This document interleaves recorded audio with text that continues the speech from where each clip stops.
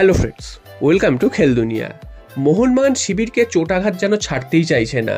মোহনবাগানের গুরুত্বপূর্ণ দুজন প্লেয়ার ইতিমধ্যেই চোটগ্রস্ত হয়ে রয়েছেন। তারা আগামী দিনের ম্যাচে খেলবেন কি খেলবেন না এখনও অবধি শিওর নয়। এরই মধ্যে আরও একটা খারাপ খবর এসছে, সেটা হচ্ছে আরও একজন তারকা প্লেয়ার অর্থাৎ আশিস রায়, তিনিও কিন্তু চোটগ্রস্ত হয়েছেন। অনিরুদ্ধ থাপা এবং গ্রেগ স্টুয়ার্ট চোটগ্রস্ত ছিলেন, যার কারণে মাঝমাঠটা মোহনবাগানের সমস্যা হয়। এবার কিন্তু ডিফেন্সের একজন প্লেয়ার চোটগ্রস্ত হওয়াতে ডিফেন্স নিয়েও কিন্তু চিন্তায় পড়বে মোহনবাগান। তো আশিস রায় এই মুহূর্তে মোহনবাগান দলের সাথে ছিলেন না, তিনি কিন্তু ভারতের ক্যাম্পে ছিলেন এবং ভারতীয় দলের সাথে প্র্যাকটিস করছিলেন, কারণ আগামী 19 তারিখ মালয়েশিয়ার বিরুদ্ধে ভারতের খেলা রয়েছে। সে কারণে তাকে কিন্তু ক্যাম্পে ডাকা হয়েছিল। এবার এই ক্যাম্পেই কিন্তু তিনি চোট পান এবং যে কারণে কিন্তু তাকে সেই ক্যাম্প ছেড়ে চলে আসতে হচ্ছে। তো এই চোট পাওয়ার ফলে যেমন ভারতীয় দল ক্ষতিগ্রস্ত হয়েছে, তেমনই কিন্তু মোহনবাগানও ক্ষতিগ্রস্ত হবে।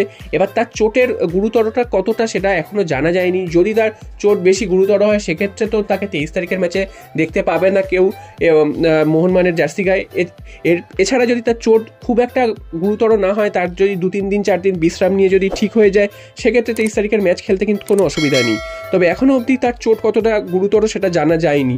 এবার মোহনবাগানের সমস্ত প্লেয়ার যদি এরমভাবে চোটগ্রস্ত হয়, সেক্ষেত্রে কিন্তু মোহনবাগানের খেলায় অনেকটাই প্রভাব পড়বে, কারণ কিছুদিন অন্তর অন্তরই কিন্তু কিছু কিছু প্লেয়ার চোটগ্রস্ত হচ্ছে, যে কারণে কিন্তু মোহনবাগানের ছন্দটা নষ্ট হয়ে যাচ্ছে।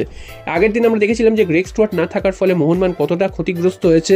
এবার অনিরুদ্ধ থাপা তিনি তারপর উঠে যাওয়ার পরেও মোহনবাগানের মাঝমাঠটা কিন্তু একদমই খোলা, মানে ফাঁকা গড়ের মাঠের মতন হয়ে গেছিলো, যে কারণে উড়িষ্যা কিন্তু বেশ কিছু অ্যাটাক করেছিল। এবার যদি ডিফেন্সেও আশিস রায়ের মতন প্লেয়ার না থাকে, সেক্ষেত্রে কিন্তু সমস্যায় পড়বে মোহনবাগান, কারণ আশিস রায় মোহনবাগানের ফার্স্ট 11-এ কিন্তু থাকেন প্রত্যেক দিনের ম্যাচে। তো এরকম একজন প্লেয়ার যদি হঠাৎ করে অফ হয়ে যায়, তাহলে সেই জায়গাটায় কে বিকল্প হিসেবে খেলবে সেটাও কিন্তু চিন্তা ভাবনা করতে হবে মলিনাকে। যদিও এখন অবধি শিওর নয় যে তার চোট কতটা গুরুতর, তিনি আগামী 23 তারিখের ম্যাচে খেলতে পারবেন কি পারবেন না। আশা করা যাচ্ছে তিনি আগামী 23 তারিখের ম্যাচে হয়তো মাঠে নামতে পারবেন।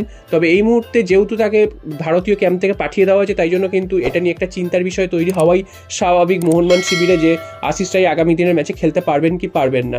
আমরা দেখেছি যে এর আগেও ভারতের ক্যাম্পে গিয়ে মোহনবাগানের বেশ কিছু প্লেয়ার চোটগ্রস্ত হয়েছেন, যেটা আশিস কুরুনিয়ান তিনি এমন চোট পেয়েছিলেন যে তাকে প্রায় 1.5 বছর মাঠের বাইরে থাকতে হয়েছে। এবার আশিস রায় গিয়ে চোট পেলেন, দেখা যাক তার চোট কতটা গুরুতর। আশা করবো আমরা প্রত্যেকেই যে তার চোট যাতে গুরুতর না হয়, তিনি যেন দ্রুত মাঠে ফিরে আসতে পারেন।